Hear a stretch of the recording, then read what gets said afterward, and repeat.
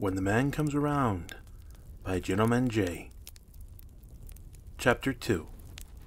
As the traveler walked along, the babble of crowds in the town center quickly faded away.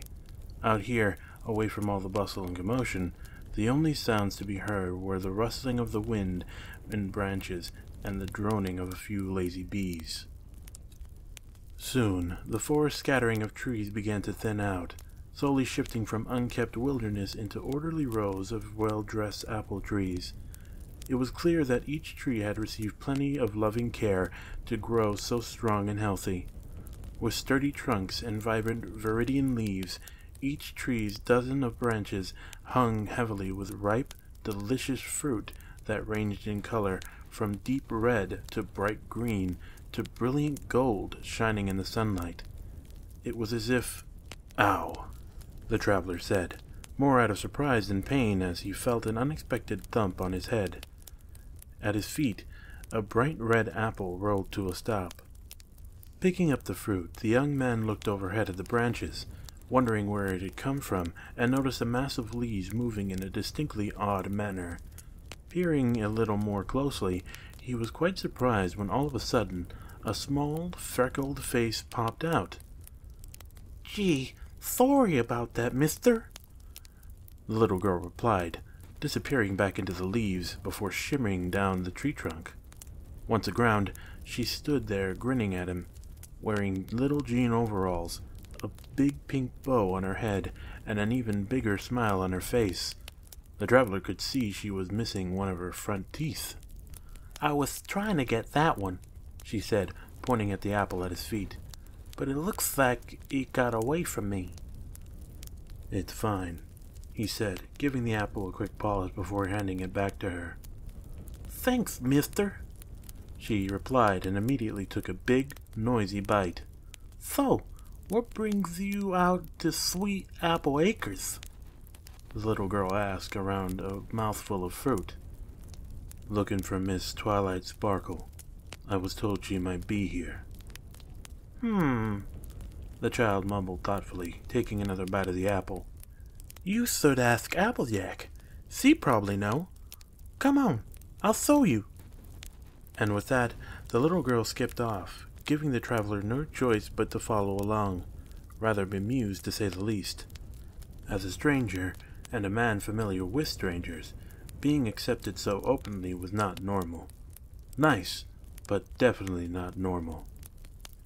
Making their way through the orchard, the little girl led them to a sturdy old barn and farmhouse, where several large baskets of apples sat next to a horse-drawn carriage.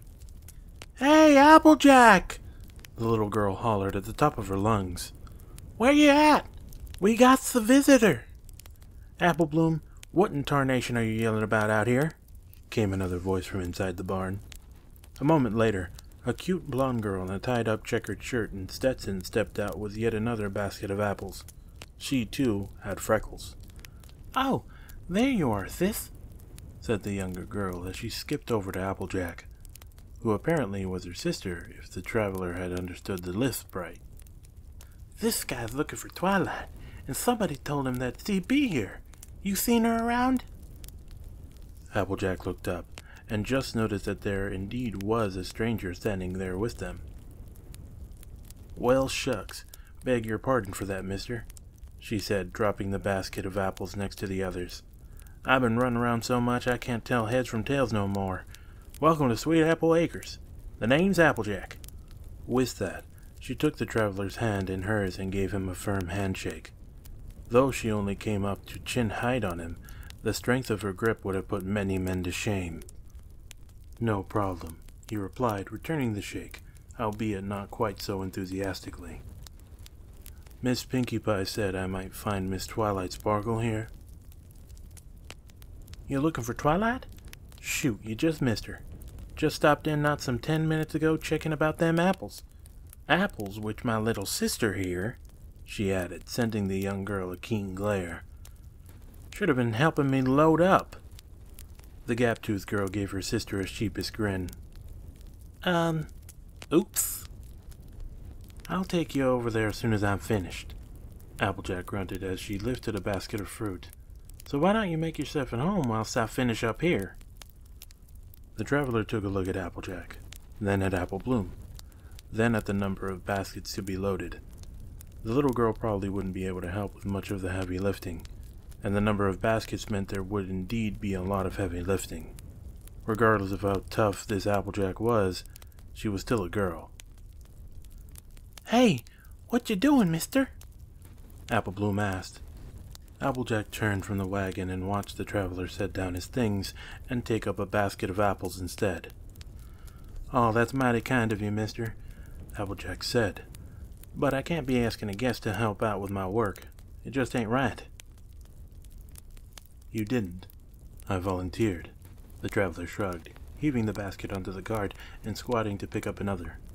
"Besides, a man shouldn't rest while a lady's working." This last comment brought a surprised but rather pleased grin to Applejack's face. After all, people didn't often call a tough girl like her a lady.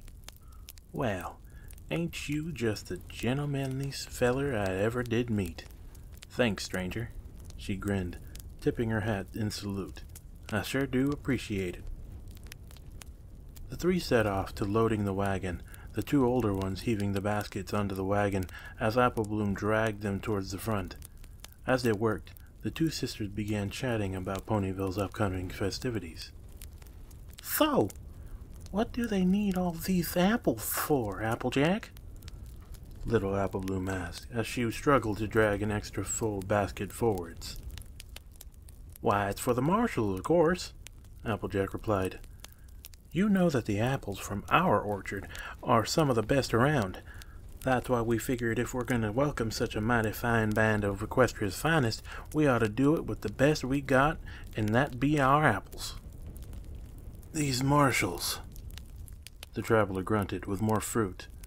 "They're a big deal?" "Of course they are," Applebloom chimed in, almost invisible behind a basket stacked higher than she was tall. "The royal marshals are like superheroes. They go where there's trouble and stomp it out so that us folks can live in peace.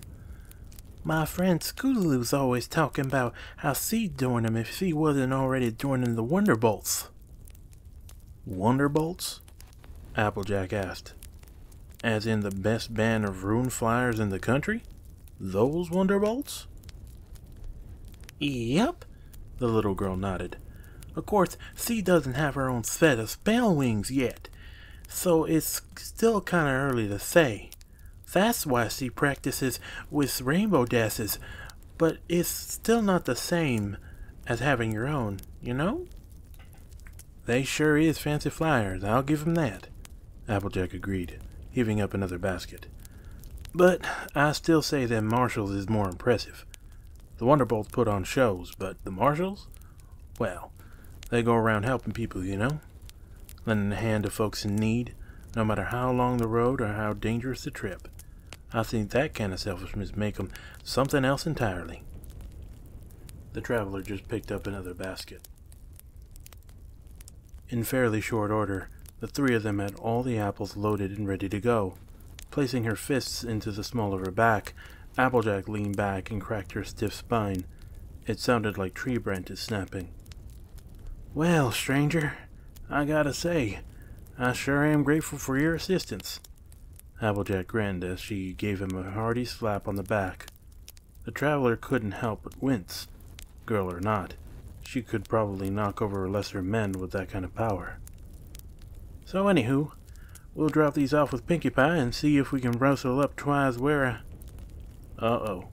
Applejack's smile disappeared faster than the sun behind the storm cloud. "Time to hit the deck." "What?" was all he managed to get out. "Gangway!" The traveler had barely turned around before what could only be described as a solid rainbow hit him square in the stomach and catapulted him back a good 20 feet, at least. "Rainbow Dash, are you alright?" Applejack asked as she rushed over. I think so. Good thing I landed on something that broke my fall." "Oops. Sorry about that." Looking up from where it had been sent sprawling, the traveler saw a young lady in a cyan tank top and athletic shorts sitting on his stomach, with a sheepishly apologetic grin on her face. Actually, it took him a moment to notice these, because the first thing he noticed was the very obvious head of short locks shining in every color imaginable. Rainbow Dash, I presume?" the traveler finally asked, his voice slightly strained. After all, it's not that easy to talk with somebody using your stomach as a cushion. "The one and only," she declared, jumping up and actually striking a pose before reaching down to help him. "Sorry about crashing into you and stuff. Twilight sent me over to check on Applejack, and I figured I'd use the time to try out some new tricks." "Tricks?" the young man asked. "Yeah, I'm training for the Wonderbolts. Once I get a routine set up, I'm headed up to Canterlot to show them my stuff. Check it." Turning halfway around, she displayed the runework frame on her back where two luminescent aquamarine wings fluttered softly. "Built this bad boy from scratch. With this little guy, I'm going to be the greatest flyer in all of Equestria." "I don't get it," Applebloom asked, brow furrowed in confusion. "If you're trying out for the Wonderbolts, then why is your trick crashing into people?" Applejack only kept from laughing out loud by clamping her hand over her mouth, and the traveler almost broke into a smile. Rainbow Dash just gave the little imp the stink eye. "I wasn't supposed to crash, Pipsqueak. I was going for a double aerial backflip into an inverted barrel roll so I could... Oh my gosh! What happened to your hand?" Looking down, the traveler was surprised to see that the back of his left hand had been cut. Probably nicked myself in the fall," he shrugged. "It wasn't that big of a deal, really. Dare say, hardly even a scratch. But the way the three girls started fussing, you'd think that he'd just spilled his innards all over the ground." "Rainbow?" Applejack huffed in obvious consternation. "It's a miracle you didn't kill him, flying around and crashing into him like you did." "Oh my gosh, oh my gosh, oh my gosh! I am so sorry about this!" Rainbow Dash babbled, fluttering around him in a nervous tizzy. "Please tell me you're alright. Oh, I'm such a klutz. You're not going to die, are you?" "He's gonna die?" Applebloom wailed, tears starting to brim in her eyes at the grisly thought of his impending demise. "But that's... "Nobody's gonna die, sweetie," Applejack said, giving her sister a reassuring pat on the head. "We just gotta get him patched up is all." "It's not a big deal, really," the traveler said, trying to reassure them. It didn't work. "Not a big deal?" Rainbow Dash gasped. "Are you crazy? Look at yourself. You're practically leaking all your gooey parts all over the ground. How can you be—" The rest of Rainbow Dash's gruesome tirade was cut off as Applebloom really began wailing in earnest. "All right, that's enough of this hogwash," the blonde cowgirl firmly said. "Rainbow Dash, you take this feller down over to Fluttershy's place. I'd go with you, but I gotta bring these apples in, and that's plumb in the other direction. Applebloom, you go inside and see if Granny Smith needs any help around the house, you hear?" "You got it, boss," Rainbow Dash replied with a crisp salute. "Come on, mister. We gotta get you patched up pronto." Seizing him by his other arm, Rainbow Dash practically yanked it out of its socket as she dragged the traveler off. He didn't even have time to grab his things. I hope you enjoyed the video. Remember to like, comment, and subscribe. And don't forget to hit that bell icon if you want to be first notified of any videos that I post up in the future. Oh boy, this was a bit tougher than normal. The whole time I was kind of begging them to move Applebloom away from the whole scene because that whole lisp thing was the most difficult part of it. But I got it done and I'm quite proud of it. I do hope you enjoyed it. I'm not really trying to do a female voice, as you could probably tell, but I do enjoy what I've been doing so far. And I hope that you are and continue to enjoy what I do so far. I am going to be posting as regularly as I can. and I hope to see you all again.